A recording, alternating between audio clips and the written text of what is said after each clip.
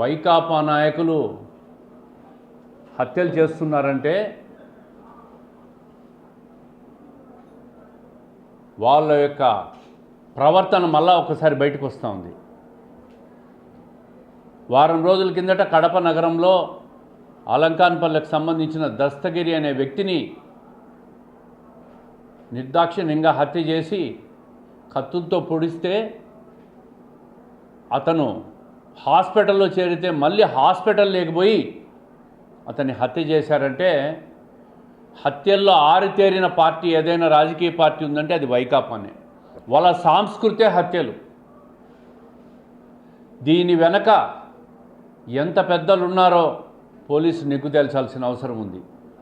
నిన్న 11 మందినో ఎంతమందినో రిమాండ్ చేశారు. దీని వెనక పత్రికల్లో చూసాం ఈరోజు. అన్ని పత్రికల్లో కూడా సాక్షి మినహాయిస్తే అన్ని పత్రికల్లో కూడా స్పష్టంగా వైఎస్ఆర్ కాంగ్రెస్ పార్టీ నాయకుల దౌర్జన్యాలు, హత్యాకాండలు స్పష్టంగా పత్రికలన్నీ రాసినాయి. ఎంతమందిని రిమాండ్ చేశారు, ఎంతమంది హత్యలో పాల్గొన్నారు, దీని వెనుక కుట్రదారులు మాజీ డిప్యూటీ మేయర్ నిత్యానంద రెడ్డి ఉన్నట్టు కూడా పత్రికల్లో స్పష్టంగా చూసాం. పోలీసులకు కూడా అన్ని రకాల ఆధారాలు దొరికినట్టు కూడా పోలీసు వర్గాల నుంచి కూడా సమాచారం ఉంది. నేను ఈ సందర్భంగా ఏం చెప్తున్నానంటే, గతంలో వైఎస్ఆర్ కాంగ్రెస్ పార్టీ వాళ్ళు గత ప్రభుత్వంలో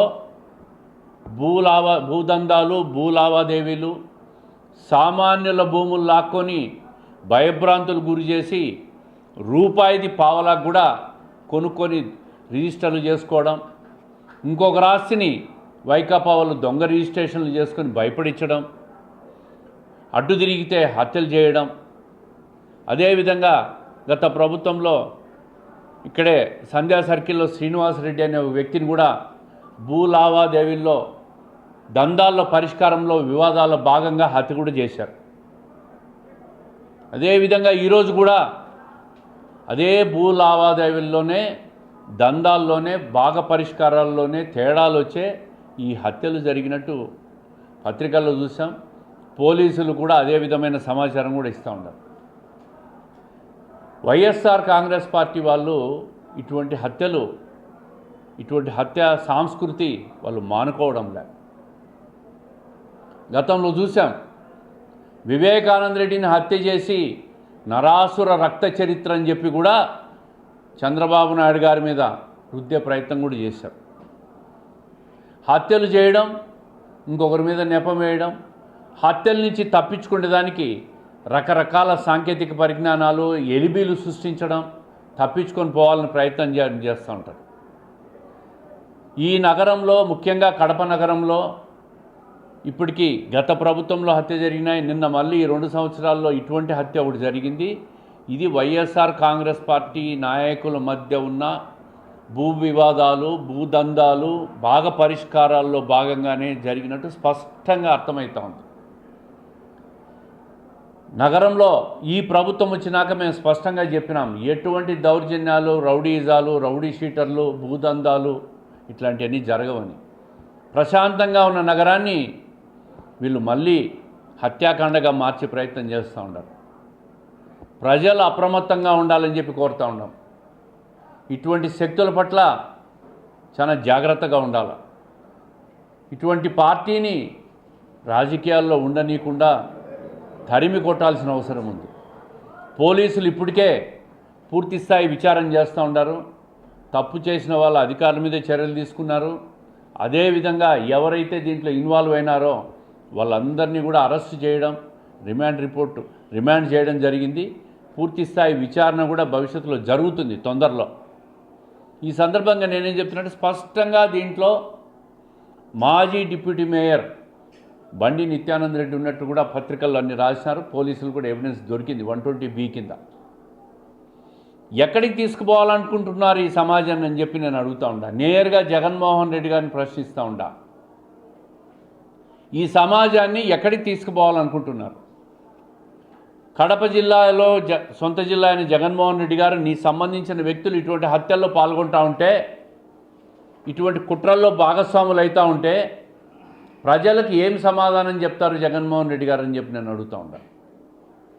దీని వెనక ఇంకా చాలా పెద్దలు ఉన్నట్టు కూడా పోలీసులు ఫర్దర్ విచారణ కూడా చేస్తూ ఉన్నారు.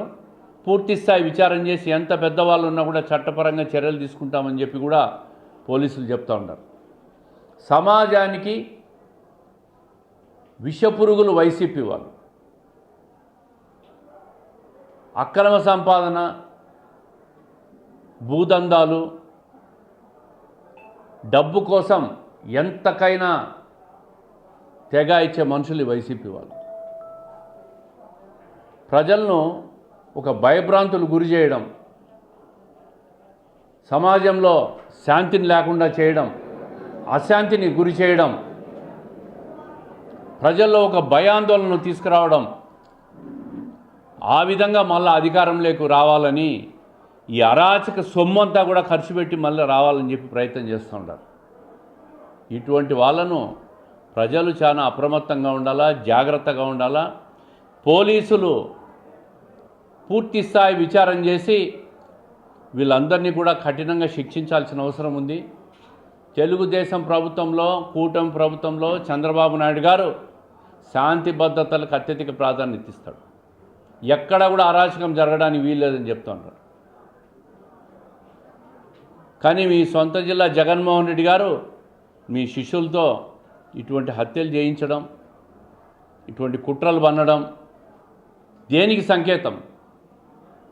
మీరు ప్రతిపక్షంలో ఉన్న పార్టీగా మీ నాయకులు ఇటువంటి కుట్రలు చేసి హత్యలు చేస్తూ ఉంటే ప్రజలకు రేపు వస్తున్నారు. మీరు కడప జిల్లాలో ప్రజలకు మీరు ఏం సమాధానం చెప్తారని చెప్పి నేను జగన్మోహన్ రెడ్డి గారిని అడుగుతూ ఉంటా. ఇప్పటికైనా సమాజంలో ఇటువంటి హత్యలు, ఇటువంటి అరాచకాలు పట్ల ప్రజలు చాలా అప్రమత్తంగా ఉండాలి. వాళ్ళ ఆస్తులు కూడా లాక్కుండే ప్రయత్నం చేసినారు గత ప్రభుత్వంలో. ఎక్కడ చూసినా కడప శివార్లలో అయితే అన్ని భూదందాలే 19 నుంచి 24 మధ్య. చాలామంది అమాయకులు భయముతో వాళ్ళ ఆస్తులు వదిలేసుకున్నారు. కానీ 2 సంవత్సరాలుగా చాలా ప్రశాంతంగా ఉన్నారు. ఎక్కడ అటువంటి అరాచకాలు జరగడంలే. ఇదే భూదందాల్లోనే, హత్యల్లోనే చాలామంది చంపేశారు. మీరు మళ్ళీ ఈరోజు హత్యలు చేసేదాన్ని ప్రయత్నం చేస్తూ ఉంటారు. ఇటువంటి అరాచక శక్తుల పట్ల ప్రజలు అప్రమత్తంగా ఉండాలని చెప్పి నేను పదే పదే కోరుతూ, పోలీసులు పూర్తి స్థాయి విచారణ జరగాల. దీని మీద స్పెషల్ ఒక సిట్టు వేయాలా. సిట్టు వేసి దీని వెనక ఇంకా ఎవరెవరు ఉన్నారో, ఎంతమంది పెద్దలు ఉన్నారో వాళ్ళందరినీ కూడా బయటికి తీసుకొచ్చి నిగ్గు తేల్చి చట్టపరంగా శిక్షించాలని చెప్పి పోలీసులు కోరుతూ ఉండా. తొందరలో ముఖ్యమంత్రి గారిని కూడా కలిసి ఒక స్పెషల్ టీం పెట్టి దీని మీద పూర్తి స్థాయి ఇన్వెస్టిగేషన్ జరగాలని చెప్పి కోరుతాం. అది డిమోషన్ కాదు, బాధ్యత పెంచారు. అంటే ఏమంటారు, జోనల్ కోఆర్డినేషన్ అనేది ఒక చిన్న టీం 10 మందితో 25 పార్లమెంట్లకు గాను 10 మంది అబ్జర్వర్లు నేస్తారు. ఇది నిరంతరం ముఖ్యమంత్రి గారు, లోకేష్ గారు పర్యవేక్షణలో పనిచేయాల్సి వస్తుంది. దీనికి ఈ జోన్ 5 కాకుండా బయట జోన్లలో బాధ్యతలు అప్పగిస్తారు, అక్కడ పోయి చేయాలి. మిగతావన్నీ కూడా కమిటీలు. అంటే అన్ని రకాల పదవులు కూడా తెలుగుదేశం పార్టీలో చేసినాం. ఇది కూడా ఒక పెద్ద బాధ్యత. పార్టీ ఏ బాధ్యత ఇచ్చినా కూడా మనం అంకితభావంతో పనిచేయడం. అది కూడా ఈరోజు ముఖ్యమంత్రి గారి జన్మదిన సందర్భంగా మీరు అడిగినారు కాబట్టి స్పష్టంగా చెప్తా ఉండా. ఏదేమైనా ముఖ్యమంత్రి గారికి మనస్ఫూర్తిగా 100 సంవత్సరాలు ఈ రాష్ట్రాన్ని పరిపాలించాలని చెప్పి మనస్ఫూర్తిగా భగవంతుని కోరుకుంటా ఉండా.